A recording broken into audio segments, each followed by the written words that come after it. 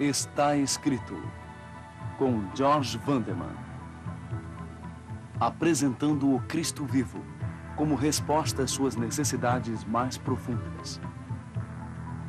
Hoje, o tigre atrás da porta. Era 15 de dezembro de 1967. Assistir a Lyndon Johnson acender as luzes da árvore de Natal não chegava a ser uma experiência interessante. Muitas das pessoas que viram pela televisão devem ter reagido com "e daí?", mas não aqueles que tinham ouvido a predição. 1967 tinha sido um grande ano para predições mediúnicas. Uma após a outra, as profecias chegavam através de médiuns e videntes, astrólogos e psicógrafos, leitores de bolas de cristal e contactadores de OVNIs. Algumas das predições falharam, mas outras se realizaram com precisão. O bastante para deixar uma porção de pessoas muito nervosas. Pelo menos todos concordavam em que alguma coisa grande e alguma coisa catastrófica iria acontecer quando Lyndon Johnson apertasse o botão. Provavelmente falta de energia em toda a nação. E assim, grudados em seus televisores, eles assistiam de fôlego preso. Quando as luzes da árvore de Natal acenderem, as luzes de toda a nação se apagarão? Bem, o presidente apertou o botão, as luzes da árvore se acenderam e nada aconteceu. Mas 30 segundos depois, chegou a voz de um locutor sobre o ruído da multidão. Interrompemos este programa para uma notícia especial.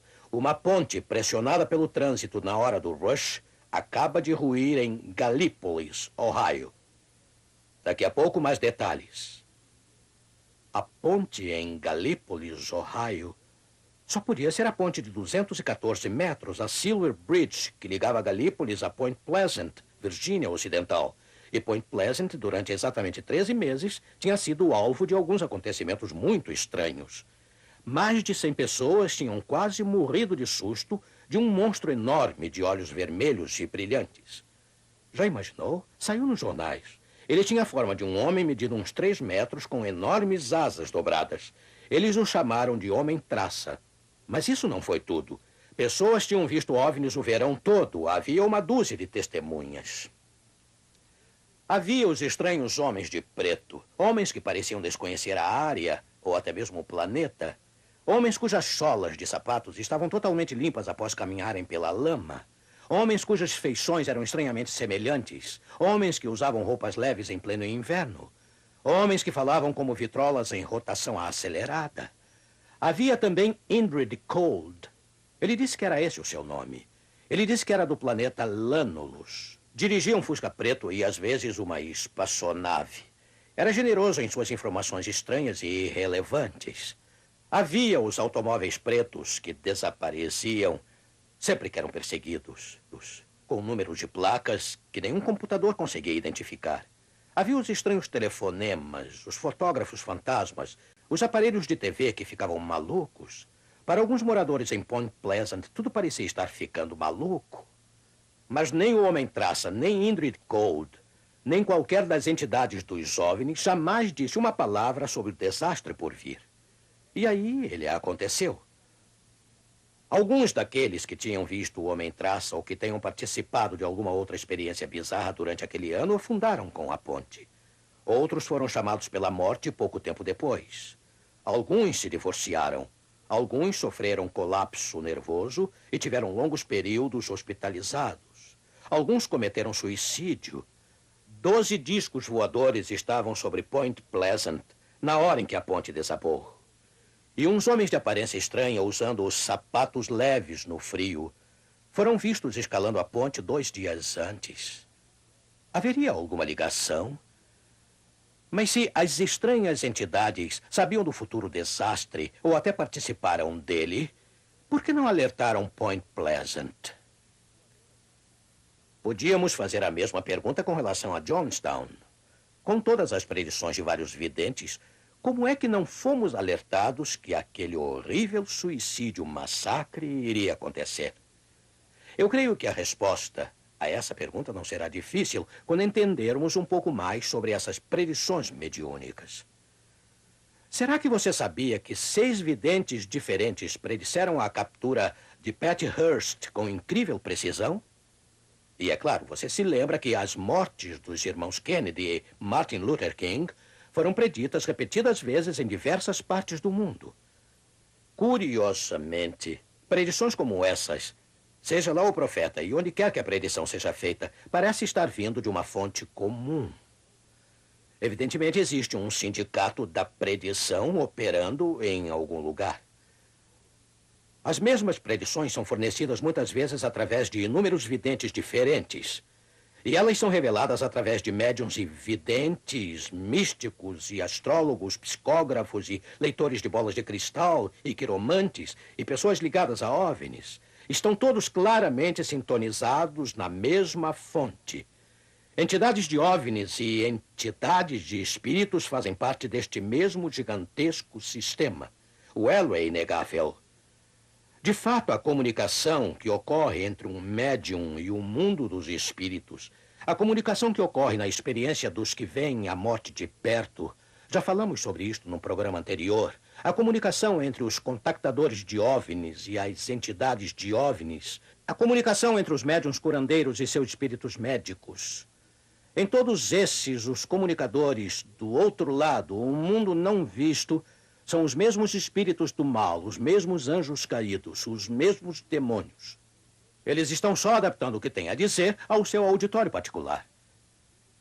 As predições mediúnicas são, com frequência, ditas de modo idêntico independentemente do canal através do qual se comunicaram.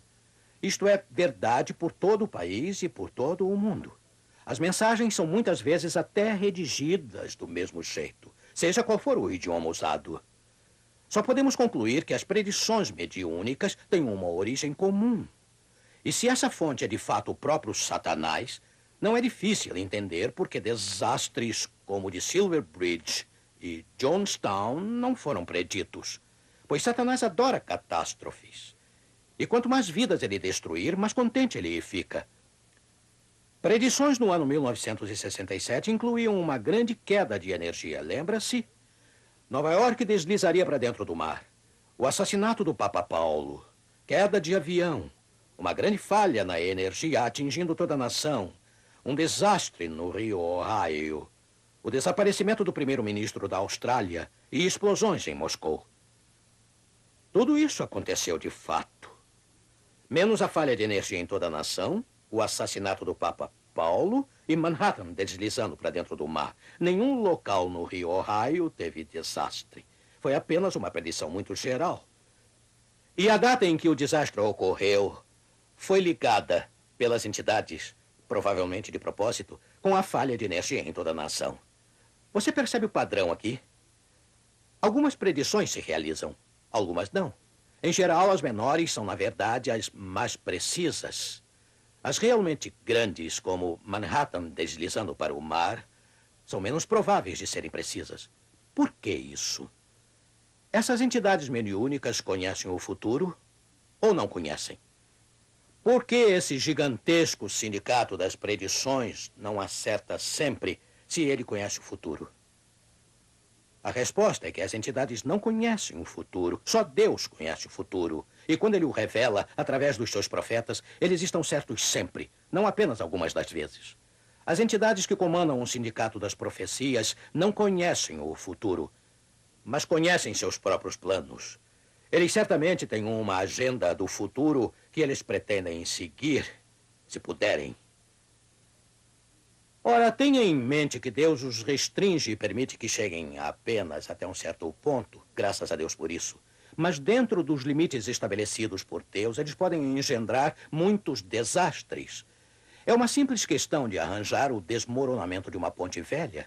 Eles podem derrubar aviões, se Deus não os impedir. Eles acertam com frequência sobre casamentos e divórcios, porque eles conseguem ouvir sempre as conversas mais privativas. Eles estão presentes nos cômodos bem trancados, onde os crimes são planejados.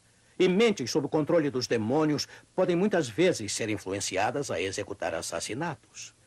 Mas empurrar Manhattan ou a Califórnia para dentro do mar é demais para o anjo caído e seus ajudantes.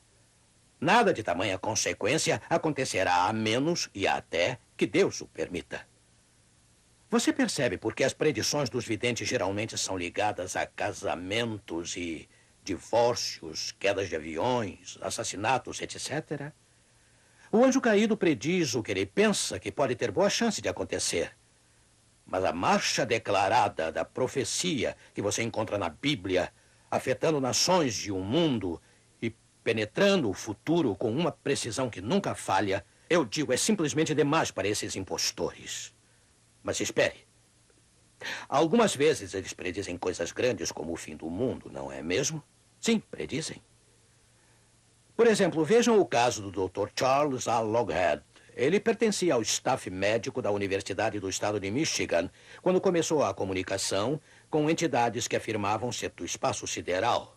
Isso foi em 54. Um número de profecias menores foram passadas a ele e todas elas se realizaram. Aí veio aquela grande. O mundo ia acabar em 21 de dezembro de 1954.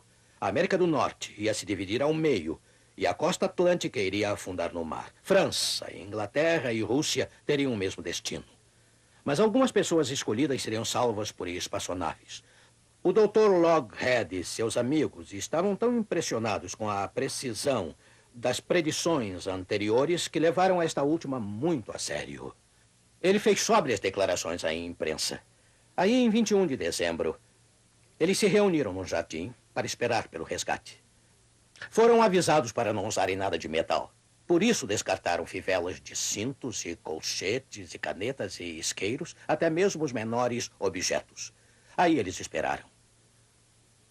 Isso tem acontecido inúmeras vezes. Homens e mulheres tornam-se envolvidos. Eles se convencem pela precisão de algumas predições. As entidades os enchem de promessas e aí os conduzem pela estrada da ruína. Empregos são perdidos, carreiras sacrificadas, famílias divididas, saúde destruída. Eles se escondem e ficam olhando para as paredes.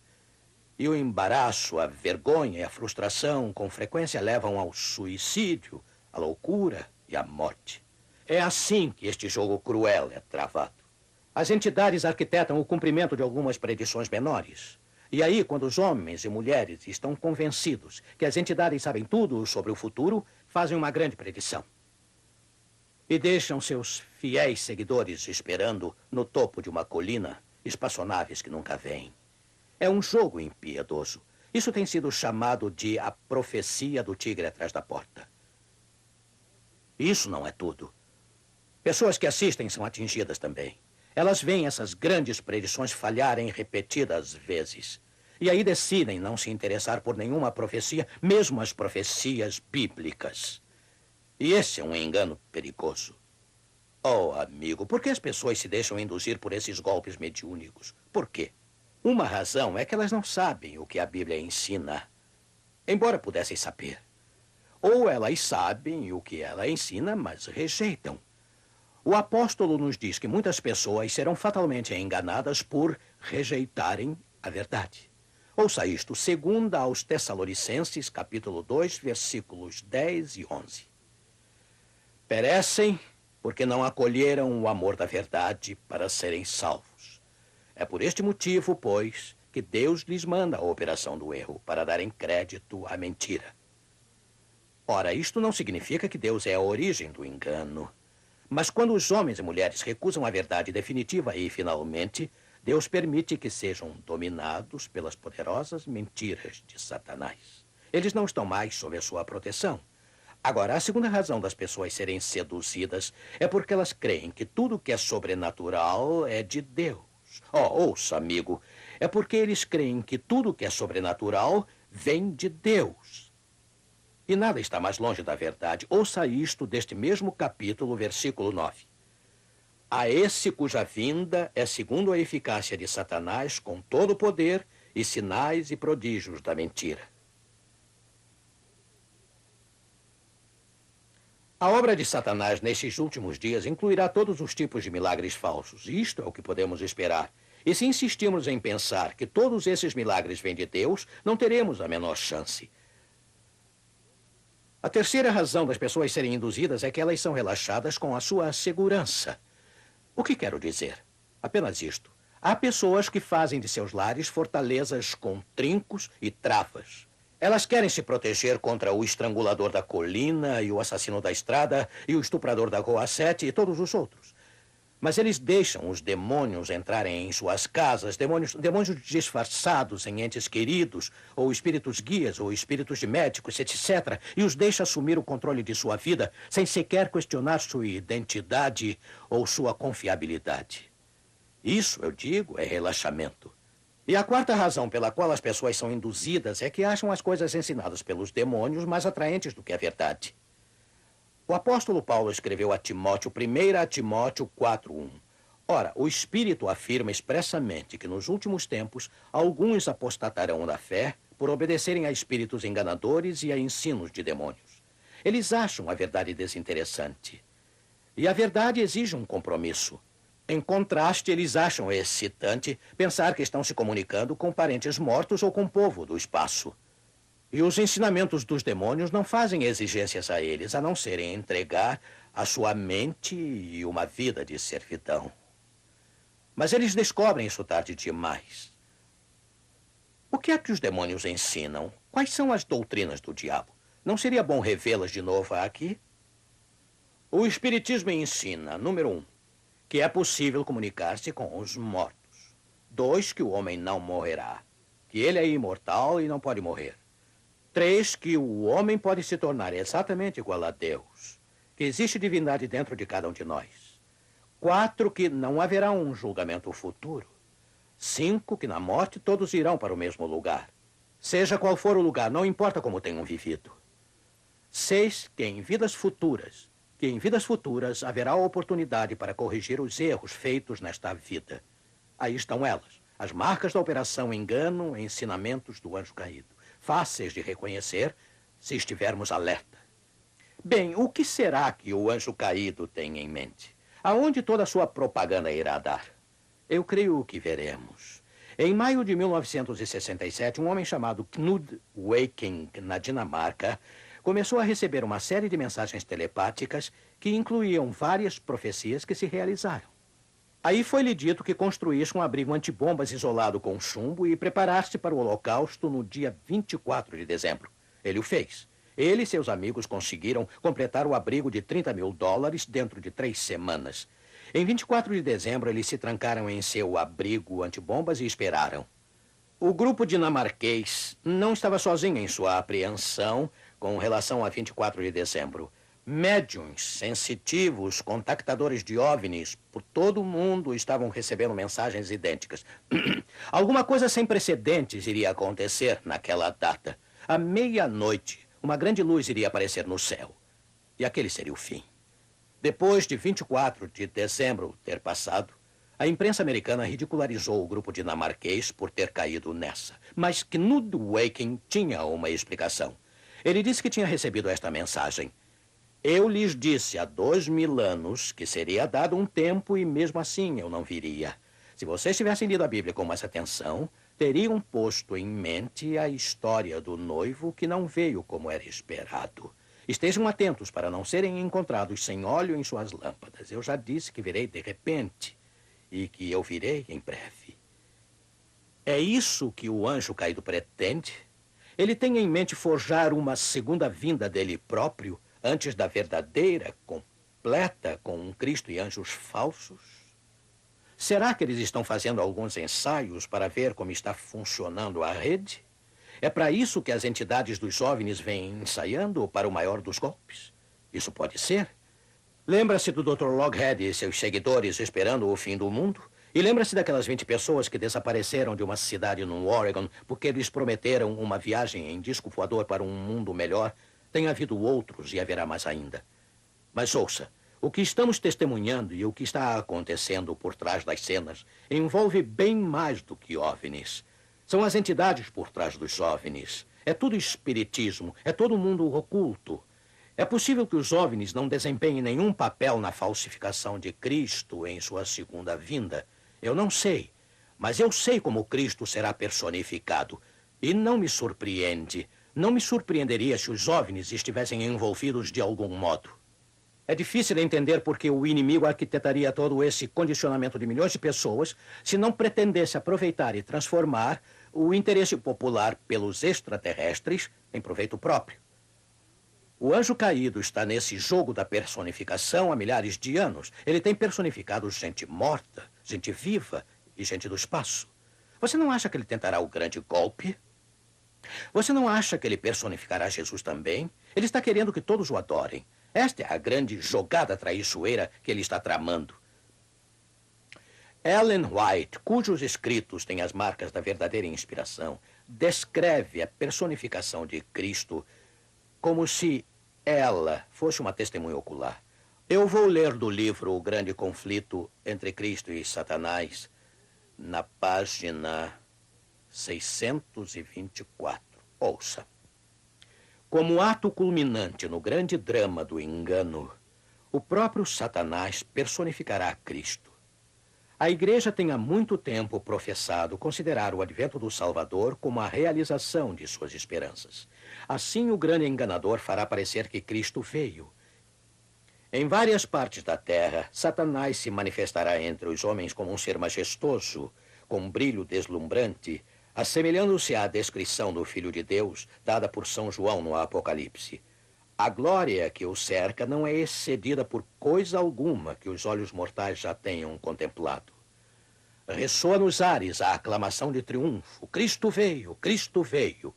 O povo se prostra em adoração diante dele, enquanto este ergue as mãos e sobre eles pronuncia uma bênção, assim como Cristo abençoava seus discípulos quando esteve na terra.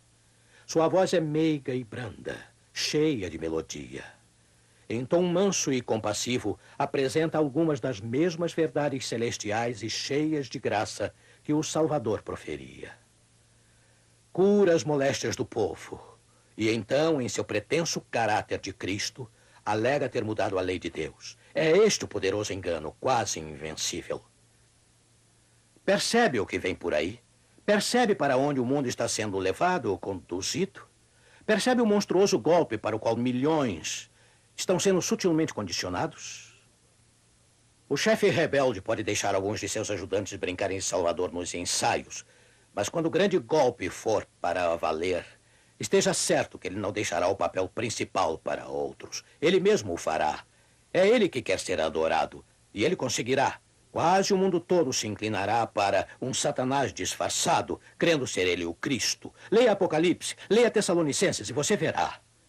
Que tragédia o fato de milhões e milhões terem rejeitado o livro que os salvaria, entregando-se aos truques do inimigo, deixando-se envolver pelos seus falsos fenômenos, submetendo voluntariamente sua mente e seu corpo ao controle dele, até tudo terminar aos pés de um impostor mascarado.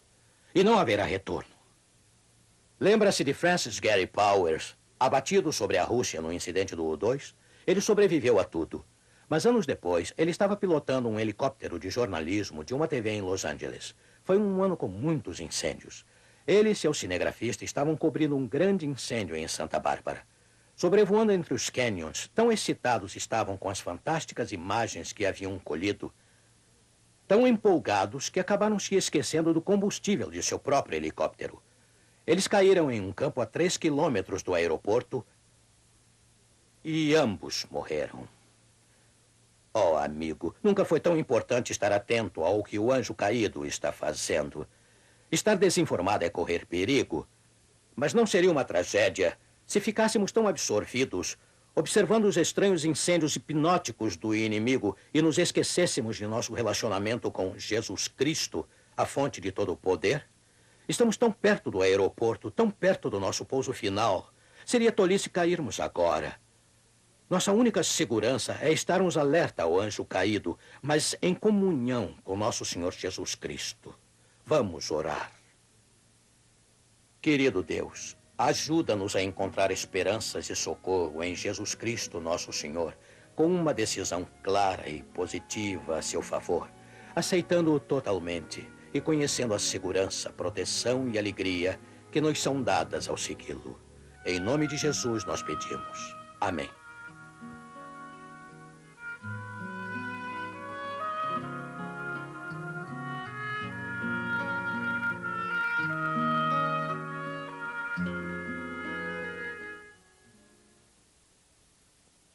O programa Está Escrito tem o prazer de lhe oferecer esta série de estudos sobre a Bíblia. com o objetivo de motivá-lo a conhecer a Deus e viver a paz que só Ele pode dar. Esses estudos irão ajudá-lo a descobrir o sentido da vida. Eu tenho certeza de que esse curso vai fazer muito bem para você. E mais, ele é de graça.